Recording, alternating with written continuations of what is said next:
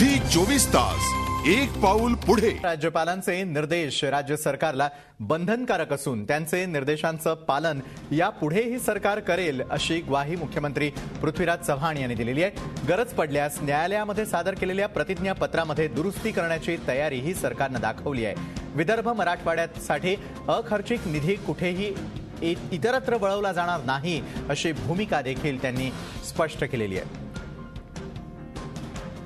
माननीय राज्यपाल राज्यातील वेगवेगळ्या भागातील अनुशेष दूर करण्यासाठी निधी उपलब्ध करून देण्याबाबत जे निर्देश देतात त्यात विनियोगाचाही समावेश आहे। राज्य शासन नेहमी माननीय राज्यपाल यांच्या निर्देशाचे पालन करीत आलेले आहे व यापुढेही करणार आहे। राज्याचा समतोल विकास करण्याकरता घटनेच्या तरतुदीप्रमाणे राज्य शासन कटिबद्ध आहे। या प्रकरणामध्ये माननीय उच्च न्यायालयाचे आदेश अपेक्षित आहेत। ते आदेश प्राप्त झाल्यावर आवश्यकता भासल्यास राज्य शासनातर्फे स्पष्टीकरण करण्यात येईल। मी सभागृहाला आश्वासन दिलेलं आहे की विदर्भ व मराठवाडा विभागातील राज्यपालांनी केलेली तरतूद जर अखर्चित राहिली तर तो निधी इतर विभागामध्ये वळवला जाणार नाही।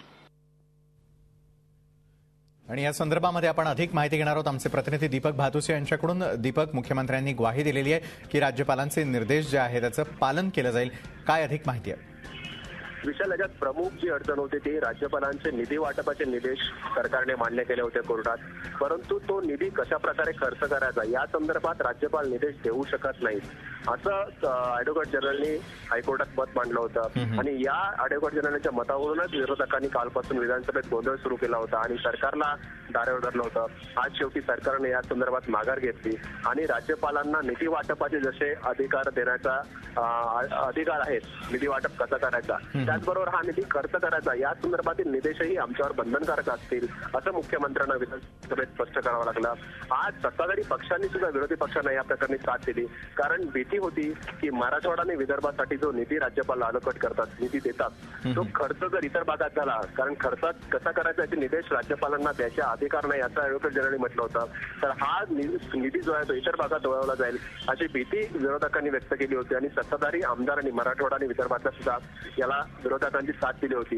मात्र मुख्यमंत्र्यांनी हे स्पष्ट केलं की निधी वाटपाबरोबरच निधी खर्चाचे निर्देश देण्याचे अधिकार सुद्धा राज्यपालांना आहेत आणि ते अधिकार अबाधित असतील आणि अखर्चित जो निधी आहे विदर्भ आणि मराठवाड्यातील तो इतर भागात वळवला जाणार नाही हे स्पष्ट केलं। निश्चित दीपक, आणि या संदर्भातलीच ग्वाही त्यांनी दिलेली आहे। धन्यवाद आपण दिलेल्या सविस्तर माहितीसाठी। राज्यपालांचे निर्देश राज्य सरकारला बंधनकारक असून त्यांचे निर्देशांचे पालन यापुढेही सरकार करेल अशी ग्वाही मुख्यमंत्री पृथ्वीराज चव्हाण यांनी स्वतः दिलेली आहे। झी 24 तास एक पाऊल पुढे।